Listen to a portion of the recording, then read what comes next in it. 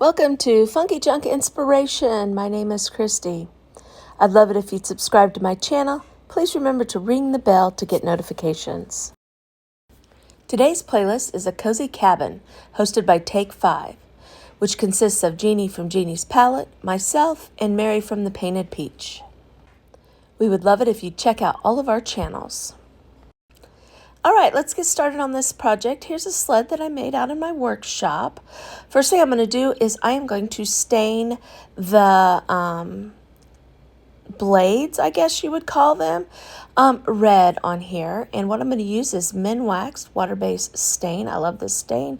You don't have to worry about your rags or anything like that. It's water-based.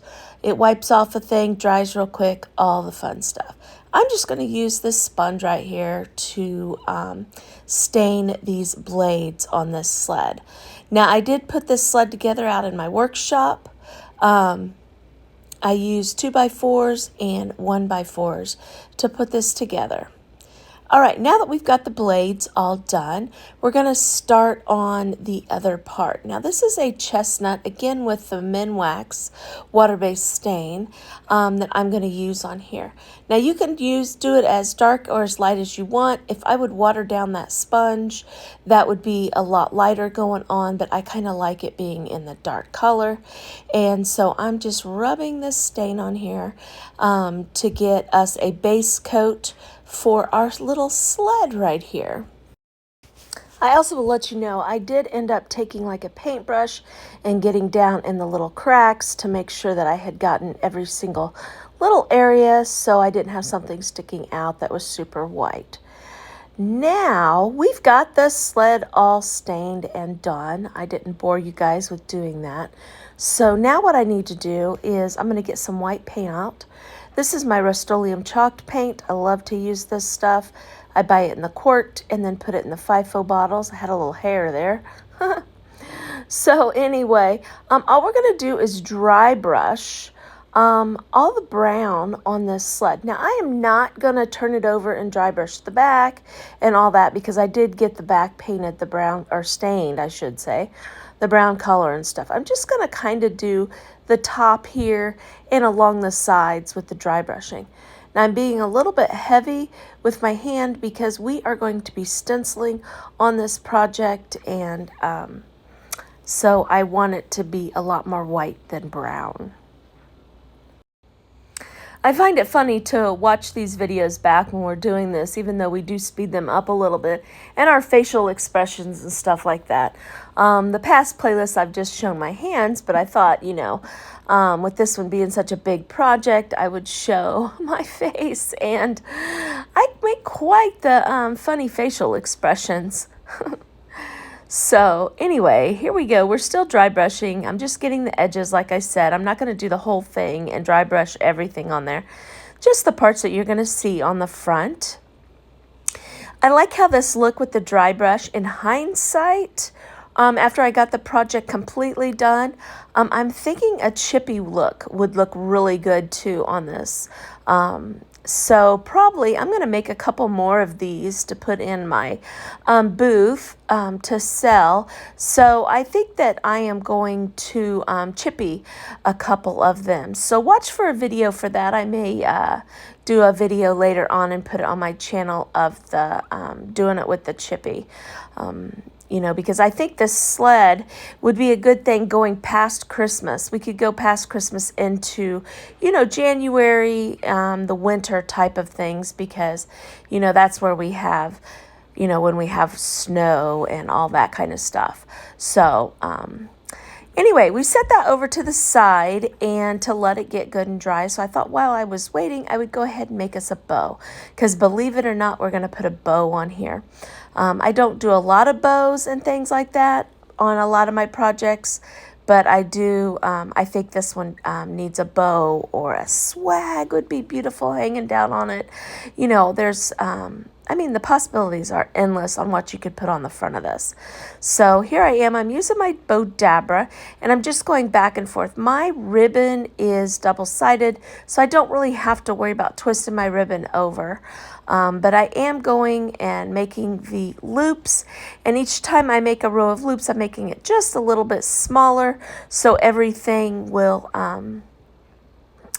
look a little bit fluffier. Now what I did was I took that baker's twine and I folded it in two. So I made a little loop on one end. So then what I was able to do is to take my loose ends up through the loop. That way I could pull it really tight. I normally use wire. I couldn't find my wire, and that's exactly what I do with the wire also. Now what I'm doing is I'm just going around multiple times tying it, one side tying a knot, the other side tying a knot, just to make sure that it's good and tight there.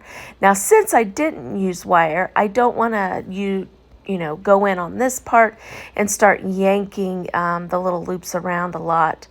You've got a little more flexibility of being a little rougher with something when you use the wire, and I use the baker's twine instead. So I'm just kind of fluffing that up a little bit, and I think it turned out like a cute little bow. I think it'll work. You can see my little puppy back there walking around. I don't know what she's being nosy about. So anyway, okay, we're back to the sled here. What I'm doing is I'm marking the center.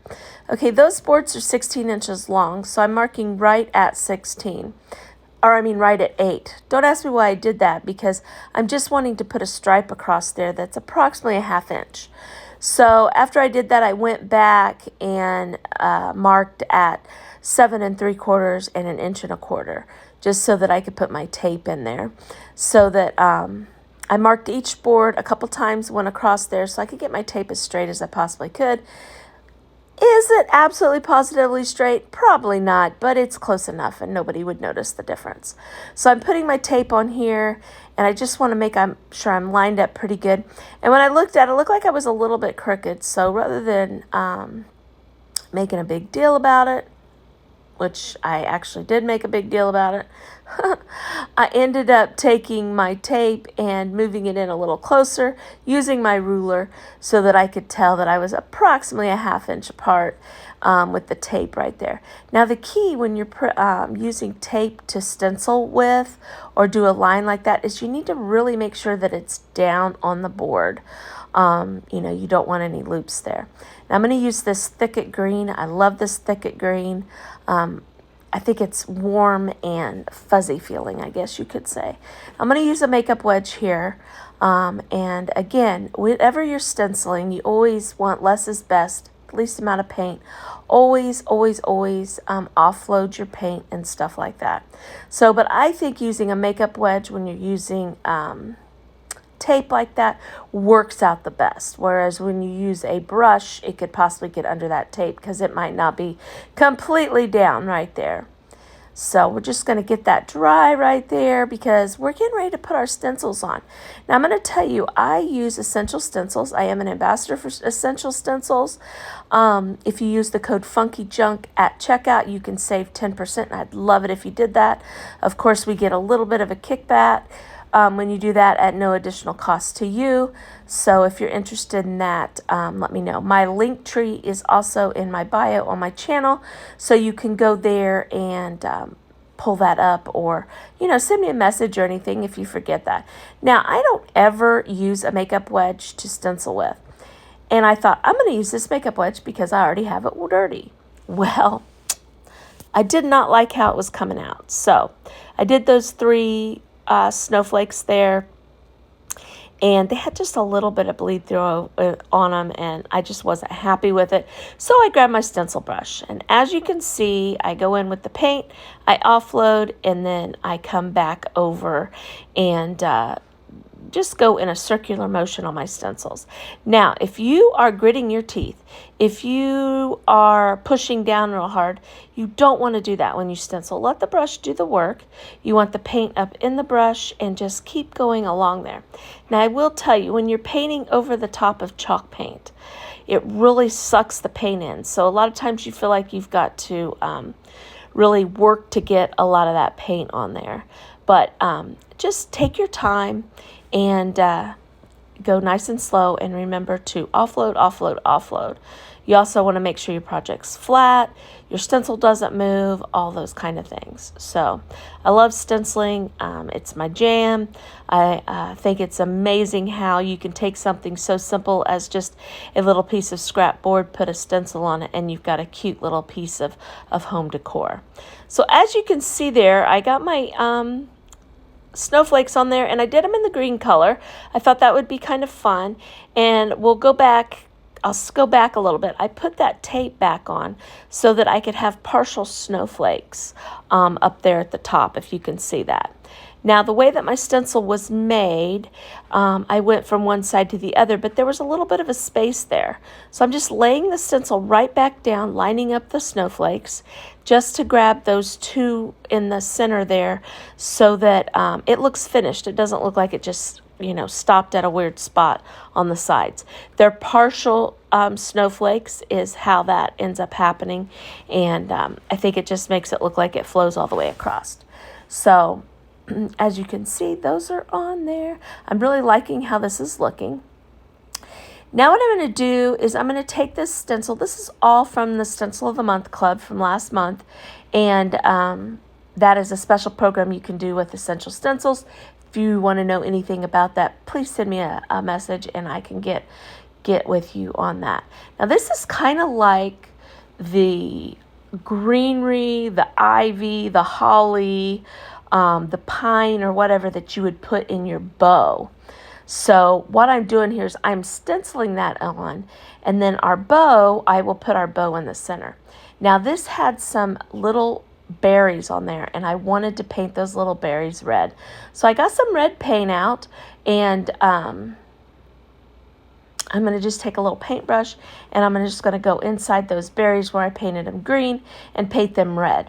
If you see a little bit of the green, that's not going to matter. People aren't going to see that.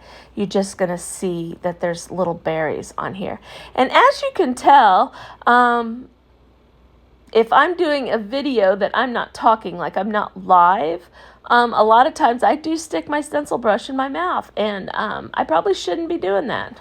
That's kind of funny to see that I do that right there. But anyway, so I need to flip the stencil over and do the back side so that I can get the other side. So I'm doing exactly the same thing right here. And then I will go in and get the red berries also. Also, I wanted to say, when you're stenciling, and let's say you did get a little bit of bleed through, this is kind of farmhousey. We could sand that and you would never notice the bleed through and stuff like that. So also, don't make a big fuss about it. A lot of times people don't see what you see on your projects, and they shouldn't be looking that close anyway, and it's all in fun, and it's handmade. That's part of it. But always remember, if you make something, you paint something, it's just paint. Just remember, it is just paint. You can sand it off and make it into something else more beautiful, or do something completely different. Now, you saw me plug in my glue gun back there, and I ended up not using it, but I did get it plugged in. So because I had forgot to do that, which is what I am notorious for. I'll have a project that I need to use my glue gun for, and I don't plug it in. So here we go. We're going to put the words on here. The words are going to be winter blessings. And there's a couple of snowflakes right there. I don't want to stencil those. Now, we're going to jump in with some red. Okay, so it matches our blades, it's going to make the berries pop and all that kind of stuff. So I just grabbed my Barn Red, which is also the Rust-Oleum chalked paint that I buy in the quart. And here we go. We're just doing the letters right here. And again, like I said, I like to use the circular motion when I am stenciling. A lot of people will stipple. Do what you want to do. You could also use a roller. I mean, there's all kinds of ways that you can stencil and things like that. Just remember, less is best on the paint.